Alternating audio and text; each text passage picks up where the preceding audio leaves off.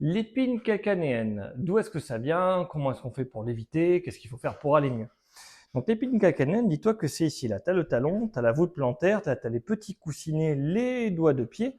Et bien, entre la voûte plantaire et le talon, pas au milieu, mais un peu à l'intérieur, ici, tu as un point qui te fait mal. L'épine calcanéenne, hein, elle est toujours à cet endroit-là, ici, là. Et quand tu appuies, c'est douloureux.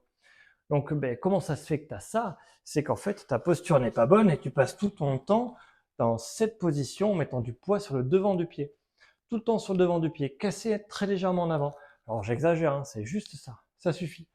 Ici, tu vois la différence entre ça et ça, avec les doigts de pied qui sont serrés, tout ton poids dessus. C'est ça qui va faire ouvrir, hop, la voûte plantaire comme ça. Ça va permettre, ça va faire bâiller l'articulation et le corps ne supporte pas le vide. Tu vas créer de l'inflammation dans ce vide et après tu as une épine qui va pousser parce que le corps ne va pas comprendre ce qui se passe. Dis-toi que si tu as trop de pression, ça va frotter et tu auras un trou, c'est l'arthrose. Mais dis-toi que l'écart et l'absence de pression, ça va faire ce qu'on appelle un pic, une épine calcanéenne, c'est une ostéophytose et c'est aussi une forme d'arthrose, une forme d'inflammation continue. Donc tu vas me dire, Gilles, c'est très bien tout ça, mais qu'est-ce que je peux faire pour améliorer ma douleur qui est là? Mais la première chose, c'est que comme ça baille et qu'il y a de l'inflammation, on va essayer de la chasser, d'enlever une partie. Donc tu vois, ça c'est une balle de golf, hein. Une balle de golf dure. Alors tu peux rendre n'importe quoi qui est dur, hein, ça marche aussi.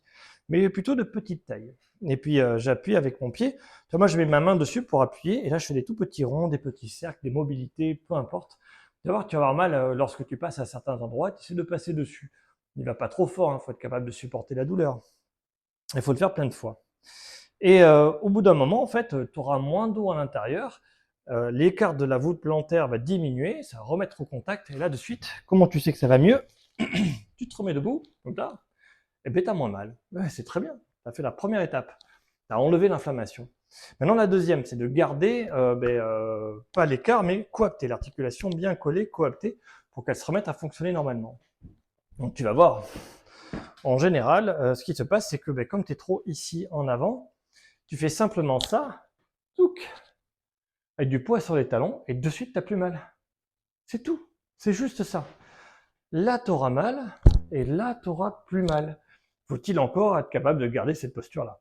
Donc, tu l'as compris, si tu n'arrives pas à la tenir, tu as peut-être des problèmes de dos, de fessiers, de hanches, en fait, qui te maintiennent dans cette position. Il faudra le travailler. Je montre ça dans d'autres vidéos. Mais aujourd'hui, je te montre les bites calcanéennes spécifiques.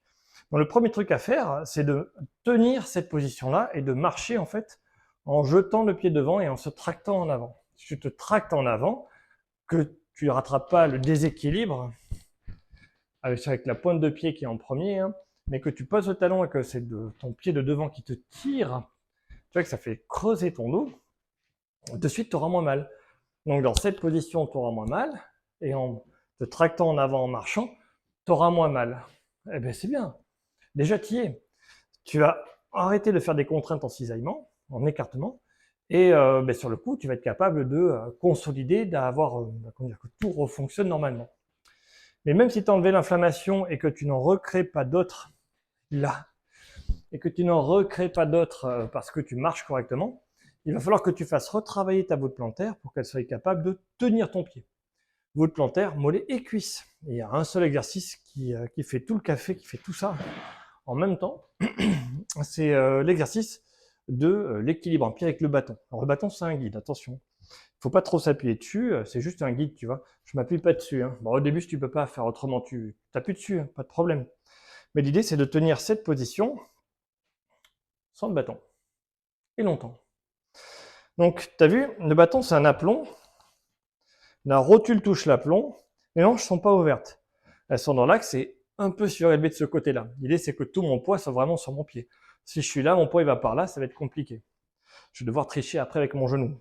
Donc mon genou, il n'est pas là, pas ici, au centre, hop, mes hanches surélevées. Et là, j'essaie de maintenir cette position-là. Et voilà, c'est tout. Très longtemps. Et dès que je fatigue, je suis de l'autre côté. Tu vas voir, ça va faire travailler plein de choses dans ta jambe, notamment la voûte plantaire. C'est vraiment l'exercice qu'il faut faire pour essayer d'aller mieux. Mais attention, il faut d'abord que l'articulation se soit recoaptée. Donc, tu peux faire la petite balle pour enlever l'inflammation. Et dis-toi que pour éviter qu'elle revienne, cette inflammation-là, il faudra garder cette position d'extension et d'être capable de marcher avec un appui talon et ton pas qui est tracté. pas le fait de perdre ton équilibre.